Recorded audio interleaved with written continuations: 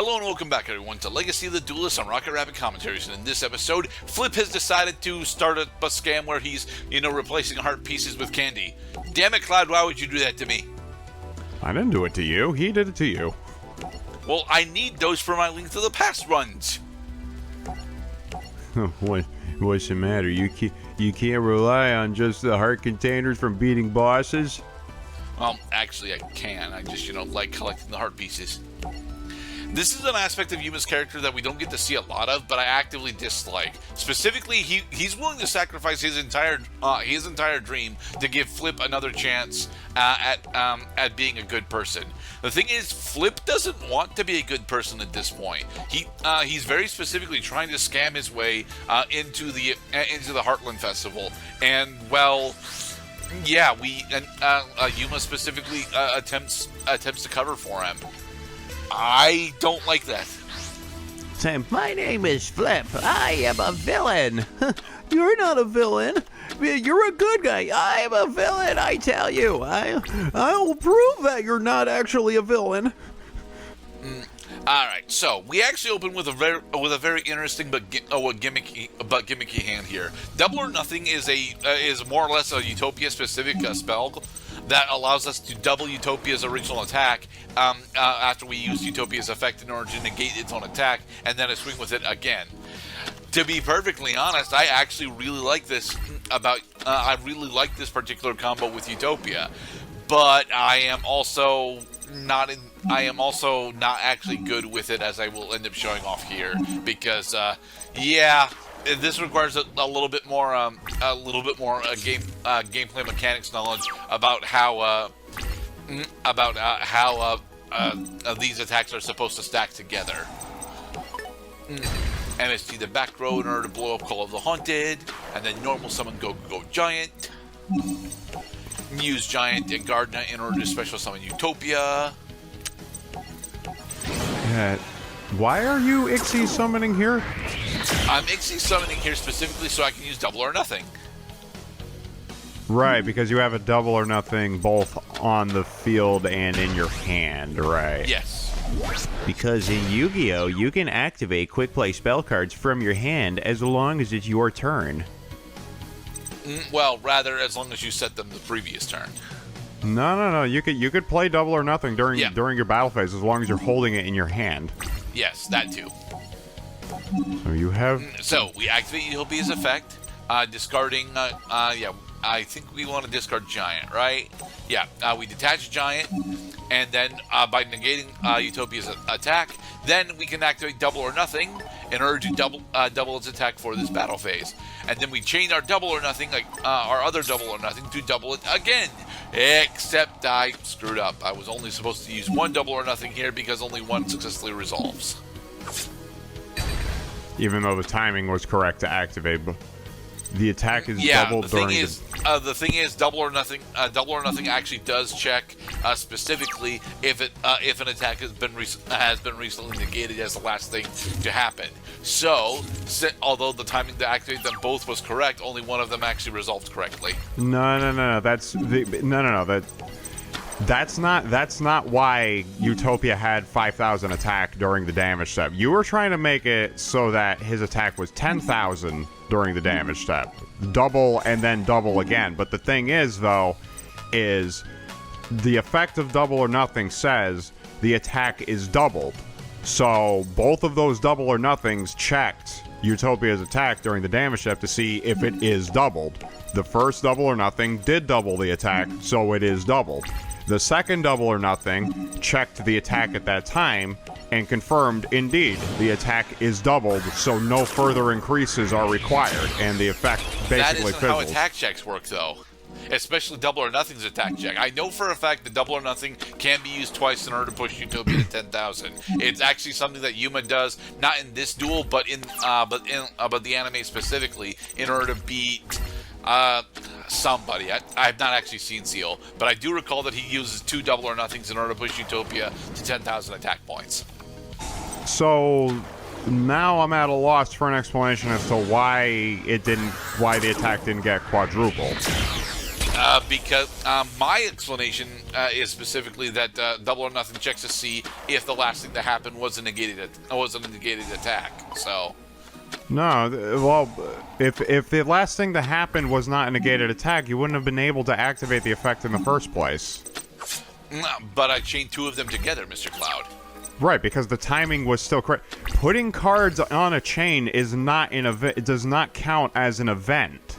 That's not an event. Is you activated a card, because now you have to resolve the chain, and then the chain does things to either the battlefield, the hand, the deck, or anything else, and then those things become the very last thing that happened. I stole an Ixie's material. Waha. Nice. So now the Papal Unfortunately, Operative. I can't use Utopia Ray's effect because our life points aren't low enough. I guess we're doing too well. Alright, change card into defense mode, and then we have to end because we can't actually use card D. Monster reincarnation. For Morpho. Normal summon Morpho, and then another blue mountain. As the annotations Gerda mentions here, Dextra's Butter Spy deck is actually a very powerful rank 4 engine, and I really like this deck, even though it's not actually all that powerful. It is definitely interesting to see in action. I guess Dextra is making good use of the Dextra deck this game. Use Gardner as an effect multiple times. Mwaha. Nice. Huh, another card D. I'm beginning to see a pattern. Alright, so we use card D here in order to draw 2 more cards. Let's see what we get. Wonder Wand and Blustering Winds. Booyah. Oh, both non-quick play spells. So at least True. we didn't lose any opportunities. Uh-oh. Activate the effect of Gardna? And we're gonna try to use Blustering Winds in order to actually win this. Gains 1,000 attack until the end of the turn. Nice. No, not until the end of the turn. Oh. Until your next standby stand phase. Nice. Time to squish this butterfly. Uh-oh. And then she activates Blutterfloak, which switches our Utopia back to defense mode. Dang It's a it. butterfluke. We better be careful now. Well, thankfully, our Utopia does have 3,000 defense, so she can't actually run over us. But now, Blustering Winds knocks us back down. So Time to now we might outwit be host. The nitwit outwit. I guess that makes us the nitwit. Oh crap! She's getting a warrior type. Level 4 or lower. Swallowtail. Oh boy. This is we gonna died. hurt. See, Yuma, that's what you get. You see, even it specifically says I should have been able to do the double or nothing combo. No, it said you can use double or nothing once, not you can use it as many times as you want in order to get stupid amounts of attack, OTK style.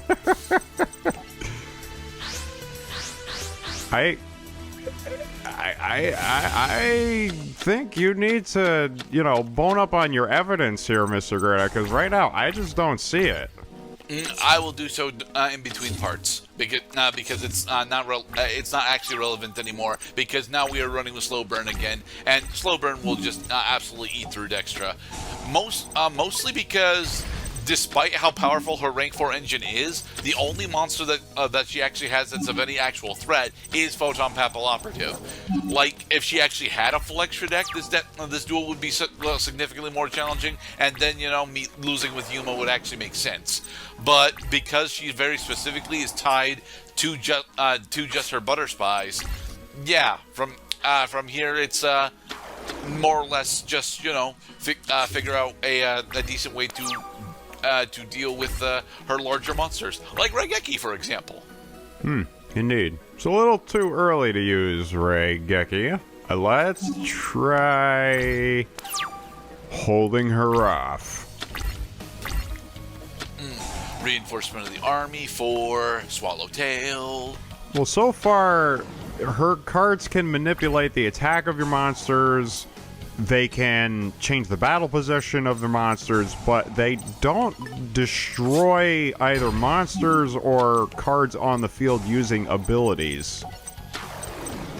Well, the ability to run over your opponent's monsters in battle is really awesome. Well, that is when you're not. Sanctuary. That is when you're not getting stopped by Dark Sanctuary because your deck has a conspicuous insufficiency in the removal department. Alright, so now we use Raigeki, and then I think we're going to normal summon Zombino and go for 2800. Nice. You know, I'm glad it's been some time since I had actually looked at these card artworks. Does that look like a 2000 attack monster to you? It does not, especially because it's supposed to be a Pinocchio puppet. I would cap out that, just based on the artwork for that monster, I would cap his attack at 1400, and that's being generous. Nah, I would say 11 to be perfectly honest.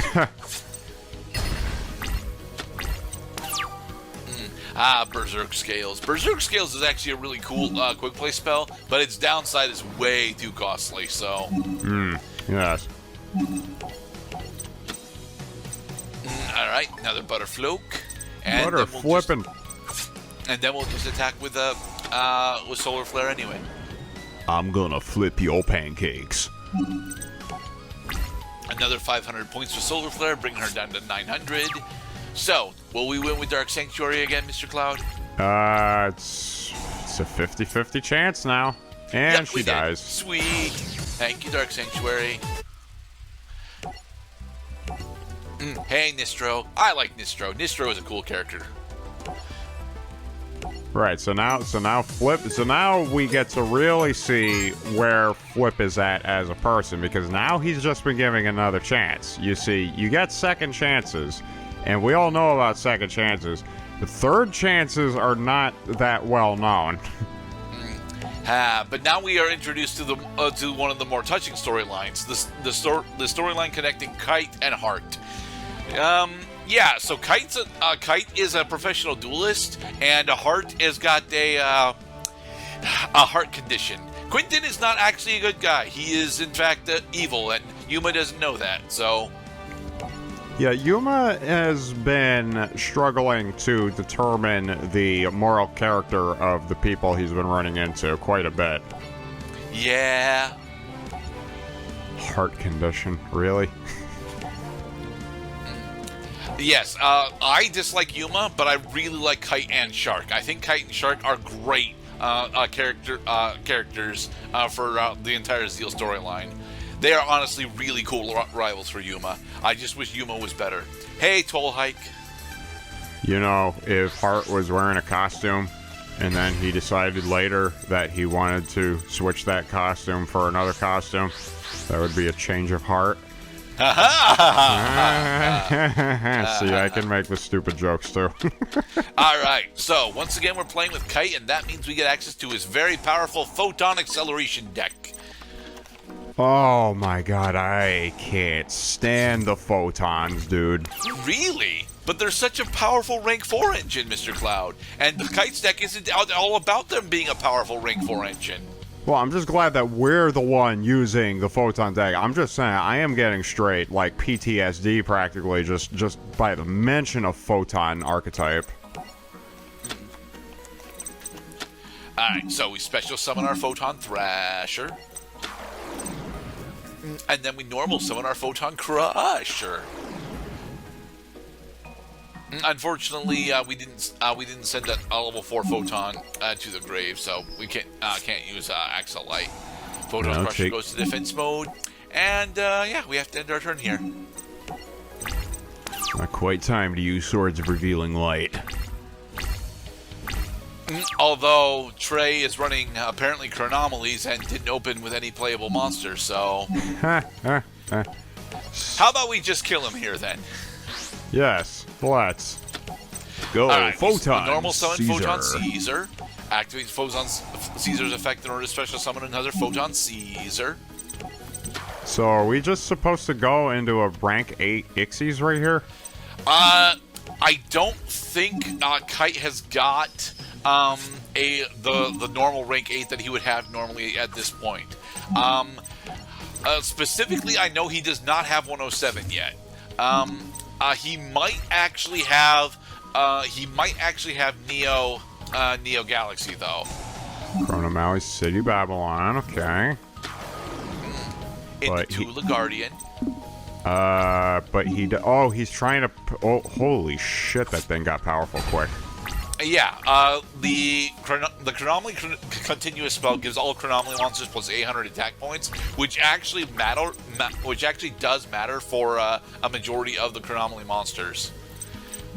I was going to suggest Swords of Revealing Light during your last turn, seeing how he was only showing 2,000 life points with an empty field and only one face down card, to at least make it so that he can't take out one of your monsters. Not likely, anyway. But Activate Call of the Haunted in order to bring out Galaxy Ice Photon Dragon, and then we can just swing for game. Which is a play on the Blue Eyes White Dragon because it has the exact same attack, defense, attribute, and type, differing only in what its effect is. And level? Oh, right, yes, the level's the same too. Level 8s. Of course it is. Hey, Quattro. Hey, Quentin. Hey, Heart.